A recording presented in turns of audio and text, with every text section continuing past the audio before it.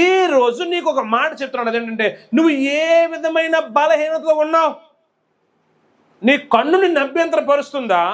నీ చెవులు నిన్ను అభ్యంతరపరుస్తున్నాయా? నీ నోరు నిన్ను అపవిత్రపరుస్తుందా? నీ దేహమే నిన్ను అపవిత్రపరుస్తుందా? నీ చేతిలో ఉన్న ఈ ఫోన్ వలన అపవిత్రం అయిపోతున్నావా?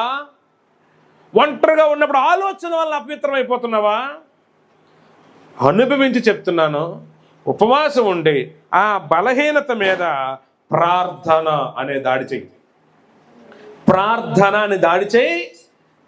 సహాయం చేసే దేవుడు, ఏ బలహీనతతో నీవు బందీ అయి ఉన్నావో ఆ కట్లన్నీ విప్పేస్తాడు. స్తోత్రం అందామా? హల్లెలూయా. ఆ కట్లన్నిటినీ విప్పిస్తాడు.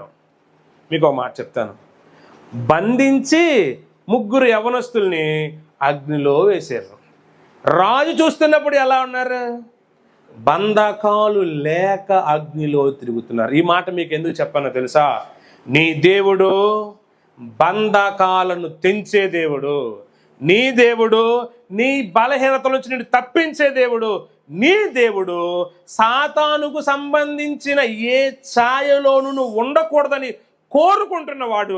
నీవు ఒక్కసారి ప్రభువా నన్ను ఈ స్థితిలో నుంచి విడిపించు, నా చూపు పాడైపోతుంది ప్రభువా, నేను ఎంత చూడకూడదు అనుకున్నా చూస్తున్నాను,